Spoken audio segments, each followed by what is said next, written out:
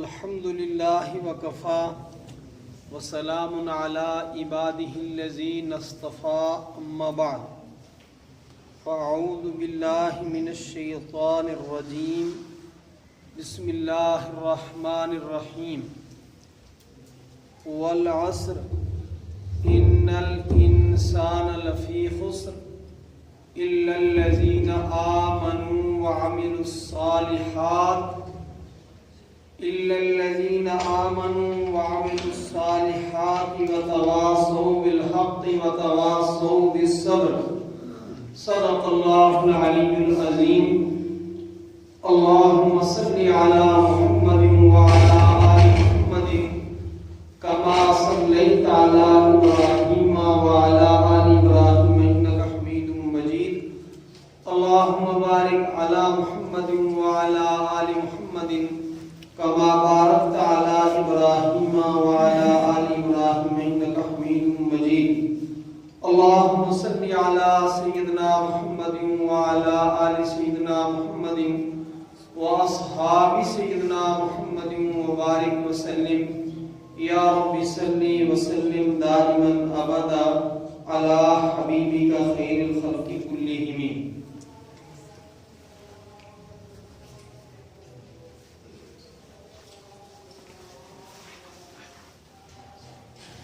آج جمعہ المبارک کا یہ چوتھا موقع ہے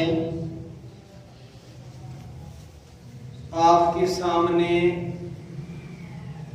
ایک مرتبہ پھر میں نے سورۃ العصر کی تلاوت کی ہے. اس سے پہلے 3 مواقع پر جو گفتگو ہوئی ہے اس کا خلاصہ بھی عرض کیا جائے گا اور جو باتیں بیان کرنا باقی تھی وہ بھی بیان کر کے سورۃ العصر کی تفسیر کا سلسلہ آج کی گفتگو میں مکمل کروں گا انشاءاللہ. ایک مرتبہ پھر آپ یہ بات تازہ کر لیں اپنے ذہن کے اندر. کان الرجلان من اصحاب النبی صلی اللہ علیہ وسلم اذا التقیا کہ نبی اکرم صلی اللہ علیہ وسلم کے صحابہ جب آپس میں ملاقات کرتے تھے لم یتفرقا تو ایک دوسرے سے جدا ہونے سے پہلے یقرأ احدہما علی الآخر سورۃ العصر ایک دوسرے کو سورۃ العصر سناتے تھے. ثم یسلم احدہما علی الآخر اور پھر سلام کہہ کر کے ایک دوسرے سے جدا ہوتے تھے.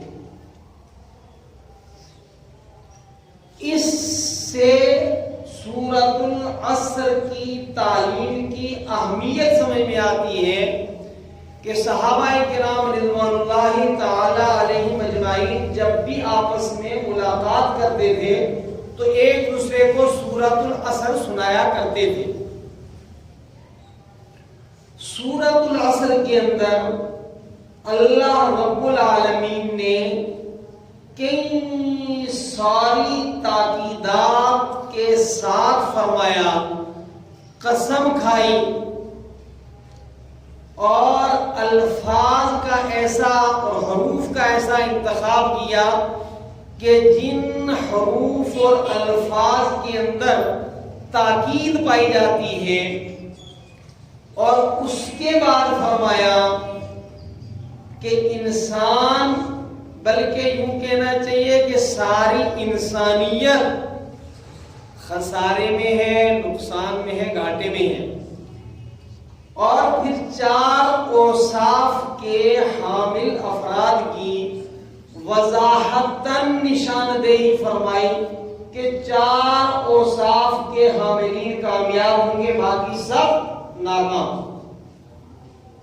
والعصر زمانہ کی قسم ہے یا دوسرا مفہومی ترجمہ کہ زمانہ اس کے اوپر گواہ ہے، سیدنا حضرت آدم علیہ السلام کے زمانے سے لے کر جب سے کاروان انسانیت چلا ہے اب تک کی ہزار سال پر پھیلی ہوئی انسانی تاریخ اس پر گواہ ہے کہ انسان باوجود اقتدار کا مالک ہونے کے ناکام ہو گیا، انسان باوجود مال و دولت کے ناکام ہو گیا، انسان باوجود بہترین صحت کے ناکام اور برباد ہو گیا۔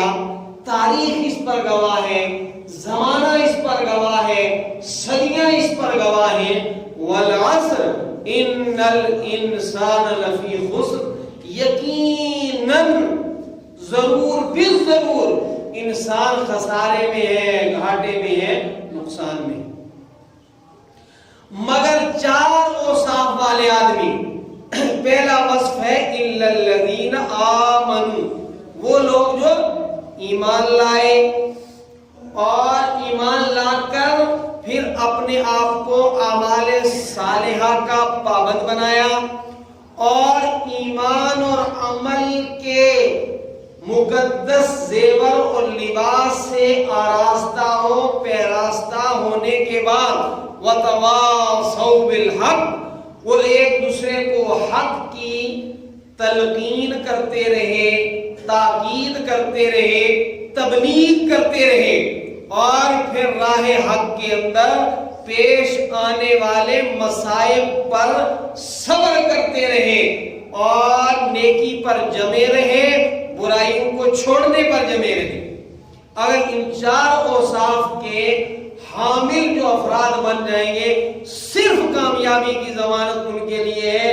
ان چار اوصاف سے باہر جو بھی رہے، وہ اصحاب اقتدار ہوں، اصحاب مال ہوں، اصحاب عہدہ و مناصب ہوں، ان کی ناکامی اللہ تعالیٰ نے قسم کھا کر فرمایا ضروری ہے، یقینی۔ ایمان اور اعمال صالحہ پر بھی ایک جمعے میں گفتگو ہو چکی اور وَتَوَاصَوْا بِالْحَقِّ وَتَوَاصَوْا بِالصَّبْرِ پر بھی ایک مجلس میں اس سے پہلے گفتگو ہو چکی۔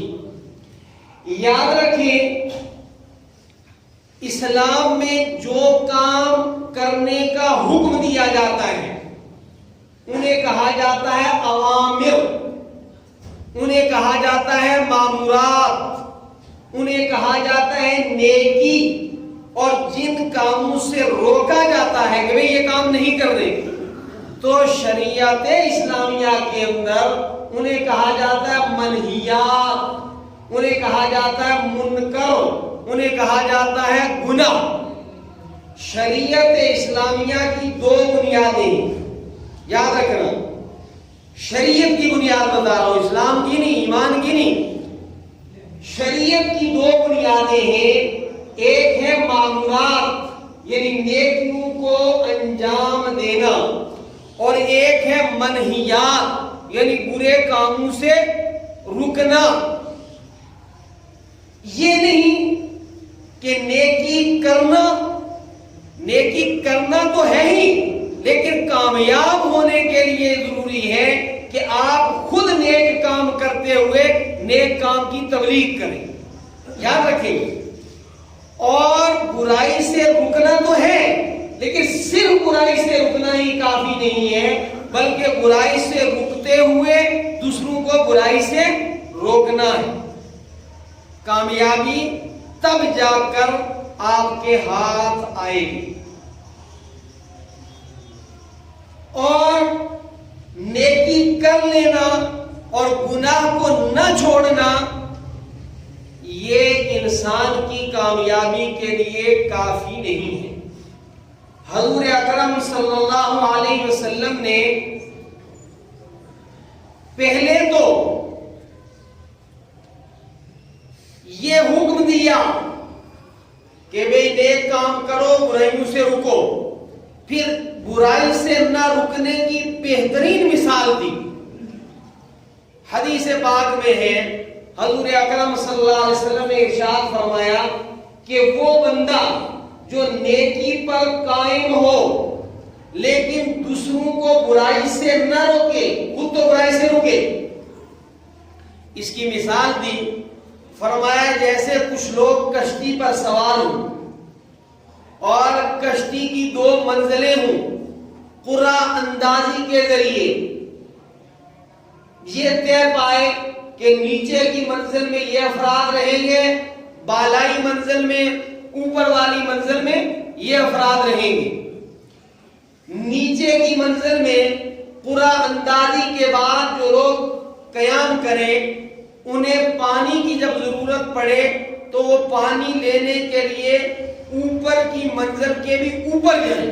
چھت کے اوپر ٹنکیاں ہوتی ہیں نا، تو وہاں پانی لینے کے لیے جائیں، لیکن غلط فہمی کی وجہ سے یا شیطان کے بہکاوے کی وجہ سے وہ یہ سوچے نیچے والے، میں نے 2 لفظ کہے وہ پھر یاد رکھنا، غلط فہمی کی وجہ سے، کم علمی کی وجہ سے یا کسی شیطان کے بہکانے کی وجہ سے یا کسی گمراہ کرنے والے کے عمل میں آ کر کے گمراہ ہو جانے کی وجہ سے نیچے والے یہ سوچے کہ ہم اوپر کیوں جائیں، ان کو بھی جا کر ہم تکلیف دیتے ہیں، محتاجگی بھی ہوتی ہے ہمیں، تو کیوں نہ ہم، پانی تو ہمارے نیچے، ہمارے قریب پانی ہے، ہم پانی کے لیے اوپر کس لیے جائیں؟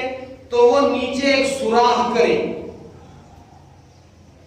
اوپر والے دیکھ لیں کہ یہ نیچے والے سوراخ کر رہے ہیں پانی لینے کے لیے، اور انہیں اس چیز کا علم ہو کہ جب یہ سوراخ کشتی کے اندر ہوگا، پانی سمندر کا کشتی میں داخل ہوگا اور ڈوب جائے گی کشتی، یہ پانی کیا ملے گا ان کو؟ یہ پانی ان کو کھا جائے گا، پانی ان کو پی جائے گا، یہ پانی کیا پئیں گے؟ لیکن وہ سوچیں کہ یہ ہمیں ان سے کیا لینا دینا، ہم تو ایسا نہیں کر رہے، یہ کر رہے۔ تو آپ بتاؤ کہ یہ اگر نیچے والوں کا ہاتھ پکڑ کر کے نہیں روکیں گے یا ہلکی پھلکی تقریر کر کے جو ہے آرام سے سو جائیں گے کہ ہم نے تہجد پڑھ لیے ہیں اور فجر کی نماز بھی ادا کر لی ہے اور فجر کے بعد کی تلاوت بھی ہم نے کر لی ہے اور تسبیحات بھی آج کی کر لی ہیں، لہذا ہم اب سو جاتے ہیں، یہ جو چاہیں سو کرتے رہیں، تو بھلا بتلاؤ ان کا اس طریقے سے ان کو اس برے کام سے نہ روکنا اوپر والوں کو بھی برباد ہونے سے، غرق ہونے سے، تباہ ہونے سے بچا نہیں سکے۔ رسول اکرم صلی اللہ علیہ وسلم کی خدمت مبارکہ میں حضرات صحابہ کرام رضوان اللہ تعالی علیہ اجمعین نے عرض کی، یا رسول اللہ صلی اللہ علیہ وسلم، جب نیک لوگ ہمارے درمیان موجود ہوں تو کیا ایسے وقت میں بھی عذاب الہی ہمارے اوپر نازل ہو سکتا ہے؟ حضور اکرم صلی اللہ علیہ وسلم نے جو جواب دیا ذرا توجہ سے سنیں۔ ایک روایت میں تو یہ ہے کہ آپ صلی اللہ علیہ وسلم فرمایا، ہاں جب تمہارے درمیان نیک لوگ ہوں لیکن برائی کرنے والوں کا غلبہ ہو جائے تو اللہ کا جو عذاب آئے گا اس عذاب سے کوئی بھی نہیں بچ سکے گا، نہ نیک بچ سکیں گے نہ بد بچ سکیں گے۔ اور دوسری روایت میں یوں ہے کہ جب سماج کے اندر، معاشرے کے اندر کچھ لوگ اس پوزیشن میں ہوں کہ وہ اچھے کاموں کا لوگوں کو کہہ سکتے ہیں مگر نہیں کہتے، ان کے نہ کہنے کی وجہ سے جو ہے جب عذاب الہی آئے گا تو وہ نیک بھی جو ہے اس پکڑ میں آ جائیں گے۔ کامیابی کے حصول کے لیے یاد رکھیں اتنا ہی کافی نہیں ہے کہ ہم صرف جو ہے اپنی نمازوں کی فکر کریں اور بے نمازیوں کو نمازی بنانے کی فکر نہ کریں۔ ہم خود تو گناہوں سے بچیں لیکن سماج کے اندر پھیلی ہوئی برائیوں سے لوگوں کو نہ روکیں۔ ایک وقت ہے بستی کے اندر، محلے کے اندر، گاؤں کے اندر ایک شادی کے موقع پر شراب چلے گی، آپ نے سوچا کہ چھوڑو یہ تو فلاں محلے والا یہ ہے ہی ایسا ہے، اگر آپ وہیں اس برائی کو نہیں روکیں گے تو آہستہ آہستہ آہستہ پورا سماج جو ہے وہ اس کے اندر آ جائے گا۔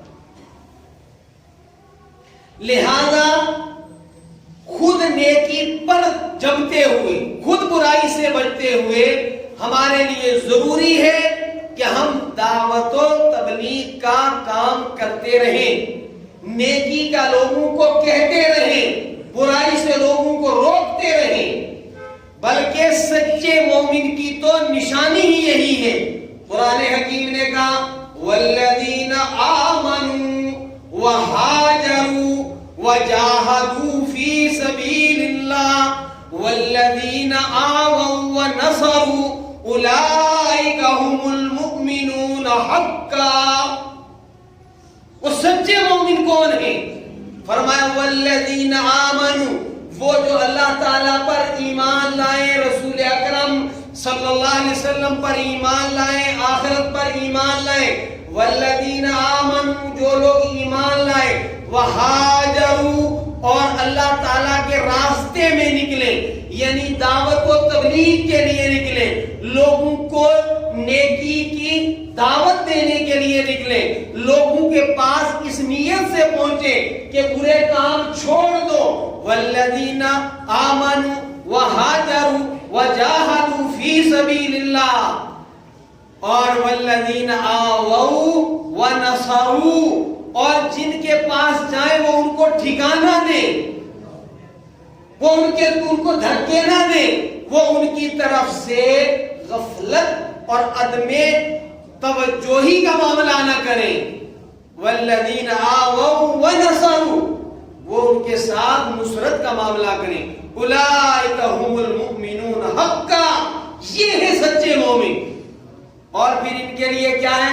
لہم مغفرۃ ورزق کریم، ان کے لیے بخشش ہے اور ان کے لیے باعزت جو ہے وہ زندگی ہے، باعزت رزق ہے۔ رسول اکرم صلی اللہ تعالی علیہ وسلم دنیا میں تشریف لائے، اللہ تعالیٰ نے آپ کے سر اقدس کے اوپر ختم نبوت کا تاج سجایا۔ رسول اکرم صلی اللہ علیہ وسلم پر دوسری جو وحی نازل ہوئی ہے، یا ایھا الذین، یا ایھا المدثر قم فانذر وربک فکبر وثیابک فطہر والرجز فاہجر ولا تمنن تستکبر۔ یا ایھا المدثر، اے کپڑے میں لپٹی ہوئی ہستی، قم، آپ کھڑے ہو جائیے، فانذر، آپ کا کام کیا ہے، وظیفہ رسالت کیا ہے، رسالت، منصب رسالت کا تقاضا کیا ہے؟ فرمایا لوگوں کو برے کاموں کے برے انجام سے ڈرائیں۔ ایک معالجہ یہ بھی ہے، لوگ خود اچھا کام کر لینا کافی سمجھتے ہیں۔ آدمی بہت ہی اچھی غذا کھائے لیکن یہ سمجھے کہ بہت اچھی غذا میں کھاتا ہوں، تھوڑا سا جو ہے وہ زہر بھی کھا لے تو وہ اچھی غذا اس کو بچا سکے گی؟ ہرگز نہیں بچا سکے گی۔ تو یہ دو چیزوں کو سمجھنا ضروری ہے، نیکی کرنا بھی ضروری ہے، برائی سے بچنا بھی ضروری ہے۔ نیکی کو عام کرنا بھی ضروری ہے اور برائی پر روک لگانے کی محنت کرنا بھی ضروری ہے۔ حضور اکرم صلی اللہ علیہ وسلم کو جو مخاطب بنایا رب العالمین نے، قم فانذر، آپ انہیں ڈرائیے، یعنی برے اعمال کے برے انجام سے ڈرائیے، اور پھر کامیابی کے لیے اپنے رب کے ساتھ انہیں جوڑیے۔ برائی کو آپ اچھا کپڑا پہننے کے لیے ضروری ہے پہلے بدن کو صاف کر لیں، پھر یہ اچھا کپڑا آپ کے اوپر سجے گا، پھر یہ آپ کو راحت پہنچائے گا۔ آپ گھر کے اندر اچھا بستر بچھانے جا رہے ہیں، بڑی بہترین قالین بچھا رہے ہیں، لیکن پہلے آپ صفائی کریں گھر کی۔ آپ دھول کے اندر جا کر کے قالین کو ڈالیں گے تو بھی گندی ہو جائے گی۔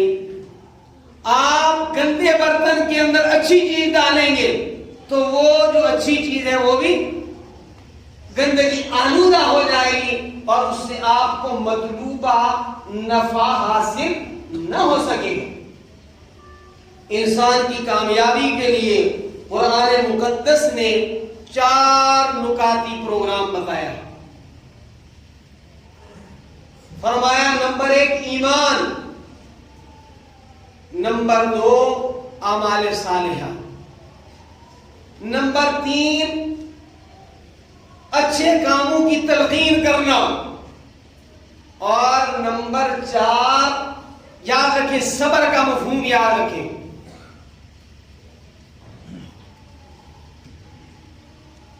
عمومی طور پر ہم صبر کا ترجمہ اور مفہوم صرف اتنا سمجھتے ہیں کہ کوئی تکلیف پہنچ جائے تو اس کے اوپر جزا فضا، یہ بھی صحیح ہے، لیکن صبر کا مفہوم اتنا ہی نہیں ہے۔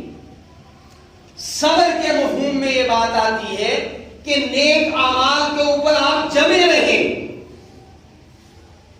اور برائیوں سے اپنے آپ کو بچا کر کے رکھیں، یہ ہے صبر کا وسیع تر مفہوم۔ پھر نیک کام کے انجام دہی میں آپ کو جو مشکلات پیش آئیں اور برائی سے بچنے میں جو مشکلات پیش آئیں، برائی سے بچنے میں آپ کہیں گے کیا مشکلات ہوتی ہیں؟ دیکھو، شادی کا موقع ہے،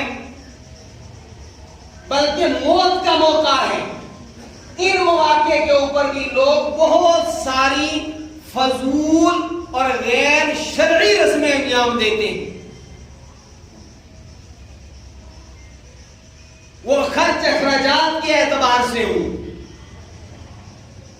یا وہ دوسری نوعیتوں سے ہوں، ایسے موقع پر ایک طرف سماج کے رسومات ہیں آپ کے سامنے، ایک طرف جناب محمد رسول اللہ صلی اللہ علیہ وسلم کی شریعت ہے آپ کے سامنے، تو آپ رسومات کو چھوڑ کر کے، معاشرے کے رسم و رواج کو چھوڑ کر کے اپنے آپ کو حق کے اوپر، صحیح کام کے اوپر جما لیتے ہیں، یہ بھی صبر ہے۔ آپ صبر کا وہ مفہوم صحیح نہیں ہے جو آپ سمجھیں مار کھاتے رہو، مسائل جھیلتے رہو اور اس کو اپنے آپ میں آپ کہہ لو کہ ہم صبر کر رہے ہیں۔ معمولات کے اوپر، نیکیوں کے اوپر جمنا اور برائی کو چھوڑنا، یعنی اس کے چھوڑنے پر جما دینا اپنے آپ کو، یہ ہے صبر کا وسیع تر مفہوم۔ اور جب آپ ایمان کے تقاضوں کو پورا کریں گے، اعمال صالحہ والی زندگی گزاریں گے۔ ایک مرتبہ پھر اعمال صالحہ کی تشریح آپ کے سامنے کرتا ہوں، اس شرط کے ساتھ کہ آپ یاد رکھیں،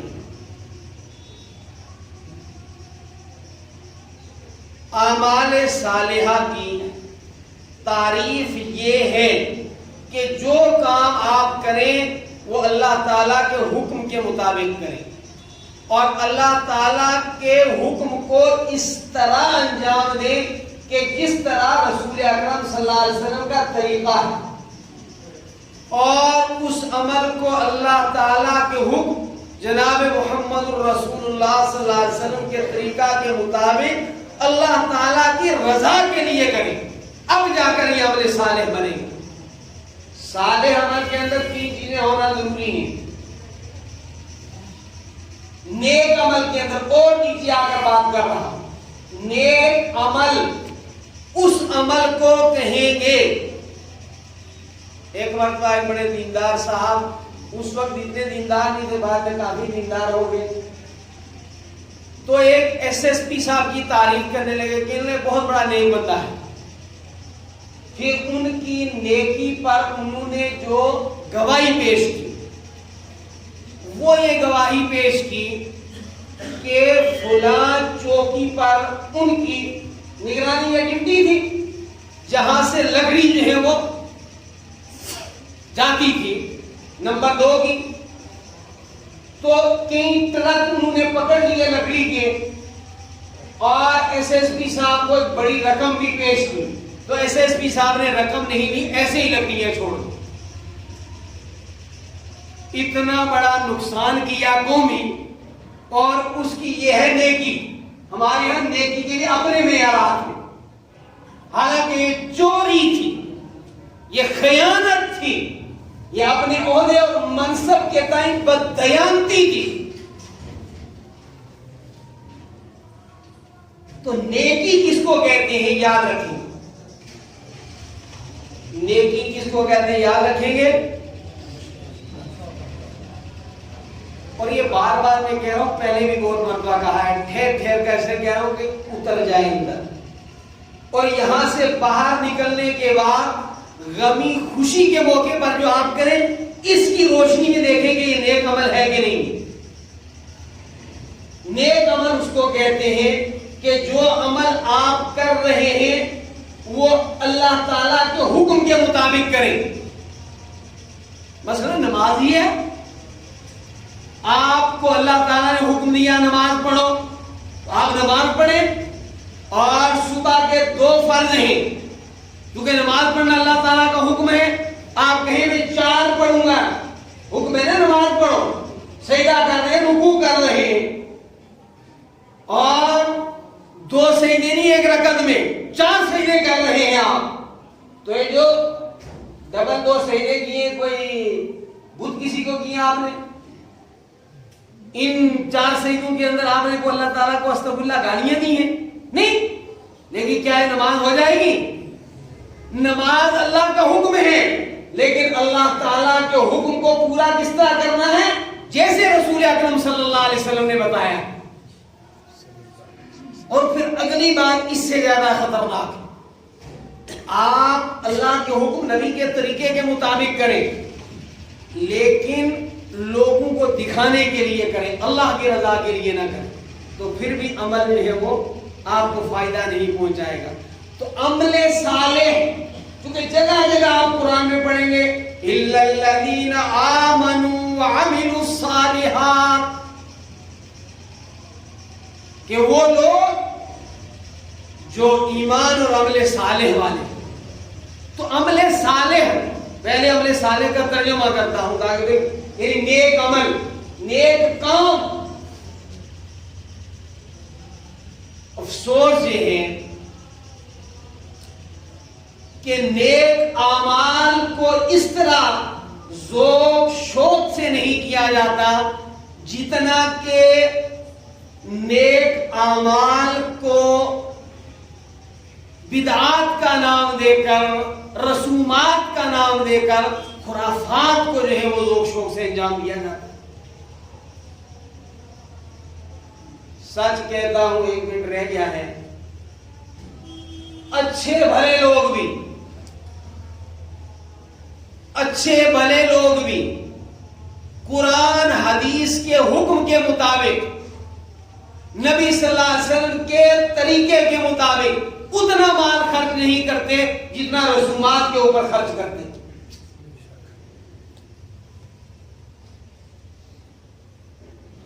اور بڑے شوق سے کرتے ہیں، دل کھول کر کے کرتے ہیں۔ نہ وہ خرچ کرنا اللہ کا حکم ہے، نہ نبی پاک صلی اللہ علیہ وسلم کا طریقہ ہے، نہ اس کا کوئی دنیا آخرت کے اندر نفع ہے۔ شہرت کے لیے، دکھانے کے لیے اور کامیابی کے لیے کون سا عمل چاہیے؟ جس میں اللہ تعالیٰ کا حکم ہو، نبی اکرم صلی اللہ علیہ وسلم کا طریقہ ہو، اور اللہ تعالیٰ کی رضا کے لیے ہو۔ والمؤمنون والمؤمنات بعضهم اولیاء بعض، مومن مرد اور مومن عورتیں ایک دوسرے کے مددگار ہیں۔ کس طرح مددگار ہیں؟ قرآن نے فرمایا کہ وہ ایک دوسرے کو اچھے کاموں کا کہیں اور برے کاموں سے روکیں۔ اچھا، برے کاموں سے روکنے میں بھی ایک بڑا مغالطہ ہے۔ بعض برے کاموں کو ہم نے اچھا کام سمجھ لیا ہے. یاد رکھنا ایک تو برا کام ہے. برا کام اگر آدمی کرتا ہے تو کم از کم اتنا ضرور ہوتا ہے کہ وہ برا کام کرنے کے بعد توبہ استغفار کرتا ہے. لیکن اگر برے کام کو غیر شرعی کام کو اچھا سمجھ کر رہا ہے, کر برا رہا ہے, سمجھ اچھا رہا ہے, اس لیے توبہ بھی نہیں کرتا. اللہ کرے بات آپ کو سمجھ میں آ جائے. برا کام جو ہے اس کو آپ کرنے کے بعد پچھتاتے ہیں, ندامت اختیار کرتے ہیں, پھر اس پر توبہ کرتے ہیں. لیکن بعض برے کاموں کو آپ نے اچھا سمجھا ہوا, بعض برے کاموں کو اچھا سمجھا ہوا ہے, تو کر برا رہے ہیں, سمجھ اچھا کر رہے ہیں, اس لیے توبہ بھی نہیں کرتے, اور قیامت کے دن وہ بوجھ بنے گا. اللہ رب العالمین ہم سب کو دین سمجھنے کی اور سمجھ کر اس کے مطابق عمل کرنے کی توفیق عطا فرمائے. آخری گزارش ہے کہ بے دل کھول کر کے ادارے کا